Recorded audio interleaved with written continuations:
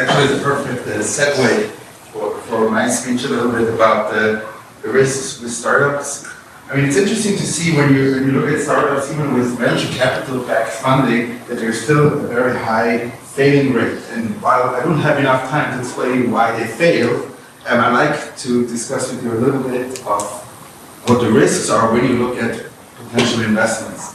Now, I was told by Ella that make sure people don't fall asleep, so I decided to go a little bit more of the workshop setting where we try to have a conversation. I do encourage you though to use your mobile phone for Twitter and LinkedIn and Instagram, whatever you want, but don't fall asleep. So if you need to use your phone, that's fine. Just to get started a little bit by show of hands, who has heard about my name or what I do online? The name tag guy, I'm happy to have about this. Anybody else? Okay, very good. So very briefly about myself, my name is Cédric Bollag. I founded a blog about 3 years ago and I developed kind of into a show where I now on a weekly basis interview people. We now just reached 100 episodes of me interviewing startups, people from the startup scene. So basically what I do is I try to find and source the best startups. I go visit them in their offices and I ask the CEOs and the founders critical questions that hopefully bring some added value to potential investors when they watch the show. I consider myself an aspiring venture capitalist, so I hope to invest in the future myself. I'm not there yet, but what's a lot of similarities and also the way I try to build the startup show is by trying to analyze the startups from the investor perspective.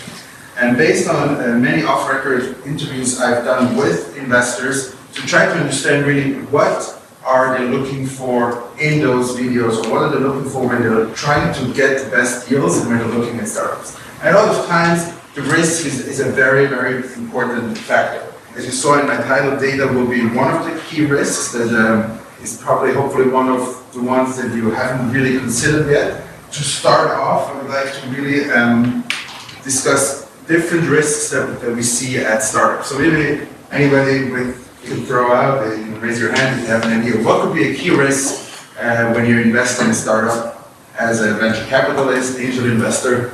Missing capabilities. Missing capabilities. Do you mean the market is not there yet? Timing or? Or in the sense of the team set up. The team, very good. That's actually my first point. The team. So what could be the risk of a team? What could be, let's say you're looking at a startup and you see the slide in the pitch deck with the team. What are you looking at? Why could be this a risk for your money when you check there and say like, well, I want to make sure the team is the best. Experience. The experience. Can you not learn the experience? Like, can you not learn it yourself today with a lot of things? The risk of failure for your first time is higher than if you've done it already. Mm-hmm. So administrative, you don't have to, let's say, be innovative when founding a company.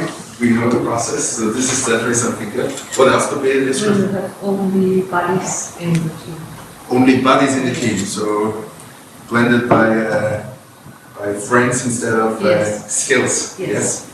Team full of engineers. Team full. Forget about the business aspect. Okay, very good, very good. And the people can move, right, to other companies, or they start something else on their own. Yeah, so like, could they jump off halfway through product market fit maybe, or before the market is actually ready? Very good. Anything else about the team that we should consider? Very good. Then the second thing, you also mentioned the business model. I think it's also a very, very big issue. A lot of times when I ask the investors, so what do you want to hear in my videos? And then they say like, oh, I just want to know how to make money because I want to see my dollars back at some point. So one of the key risks with startups is they sometimes are so innovative and they're so focused on making the best product, they maybe forget a little bit of like how to actually monetize that. That's not always bad. Look at WhatsApp. WhatsApp made $16 billion exit, which is amazing. But still, this is kind of the outlier from the vast majority of businesses. So it's always important to kind of keep in mind how to make money. So when you look at the pitch deck, it's crucial to also get kind of like a sense of how they're planning on making money, even if it's a pre-revenue company. Another idea of a risk. Now we have team, business model, Go-to-market. Go-to-market. Do you mean like the actual process or the market itself? Both. Sure. So how it's fine that you have a great idea, the great people, but you need the proper action to actually target your market and make sure that timing is right between the now that you're developing the market and when you're ready to do the market. So is there a solution how to tackle this? Let's say I'm an investor, I'll ask you, what's the Leontech go-to-market strategy? Is there one answer for this? Would you say, okay, can we mitigate that risk somehow, like as an investor? Depending on the business. Depends on the business. So what do you have in mind, for example? I mean, I don't want to put you on the spot. See? No. Everybody else wants to say something. Like, is there something that, let's say, when we have a go-to-market strategy, do we know for sure at the seed stage level that they will be able to do that? The startup? Probably No, not. but you can't, otherwise it wouldn't be a startup, would it? Right. It is a paradox. Right. I actually spoke to an advisor who said, like, if you speak to any kind of like digital consultant and he tells you, I know, then it's probably not a good guy because today it's a lot of trial and error and trying to understand it. So my thinking when I look at the pitch decks is like, do they have an idea of what they want to try? And is it usually more than just one idea? Because it's rarely just the first idea that is going to work. And that's very good. And the second one that you mentioned is the market itself. So we have a lot of regulations, banking, we talk about FATCA and all of these different regulations that you kind of can control. Is there some way that we, as investors, when we look at them, can kind of like imagine what the regulations will be or what the market will look like in a couple of years? Is there some kind of idea that we can look at when we look at the pitch decks or have conversations with the entrepreneurs? Some ideas maybe? Hiring experts, someone who really knows private banking inside out. It's been in it for 20 years, and now we have a fintech company that wants to do wealth management advisory. Maybe it would be a smart idea to ask them and ask like, hey, what's going on with the regulation? What can we expect in the next 2 years? Then the product, you guys see an issue or a risk, the product itself of a company. But does it actually solve a problem? Does it actually solve the problem? And what is that problem? Or how Do do they, you find out if it's a problem? do they define that problem? And what is it solving for? Because if it's not solving for anything, then it's not a business, period. Is there a market? Is there a market, right? Because the question is, how do you find out? Yeah. I agree, like, yes, you need to solve a problem, but like maybe I have a problem that you don't have, and maybe 1 million people have your problem, but not my problem. The question is, how do we find out who has the 1 million problem?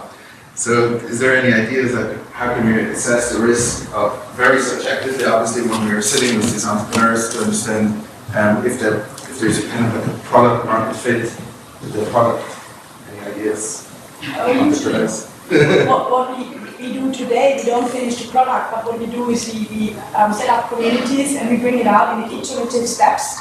So the community gives us feedback while we are developing, and this really helps us. Absolutely, I agree. I would like to challenge you though with the feedback part. The feedback part is easier said than done because at some point you have like 0 users and no one paying and no one wants to see what we're doing. So what are some solutions to this? You're looking at the seed stage startup, pre-revenue, no sales, no customers. What do you tell them? We usually try to find some matching communities that can join up with, that do something similar, that have synergies. So we really start to use communities for developing our things. For example, it depends. Yeah. Absolutely. No, I mean like today, the most simple way to test it is on Facebook. You put up an ad for $50, you reach thousands of people, and you ask them like, what do you guys think? And you can either judge based on engagement, based on likes, based on emails submitted. Yes. Try to find customers who are willing to pay money for your offering.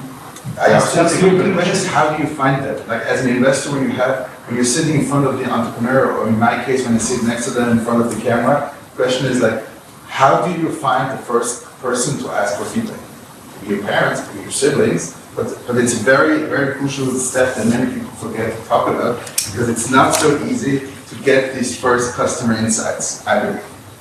If it's your parents, it's probably biased. If it's your friends, it's still a little bit biased, but the more distant you go and the more deep insights you have from random people, I think the more significant it is for potential investors to look at those feedbacks. Do you agree? Okay.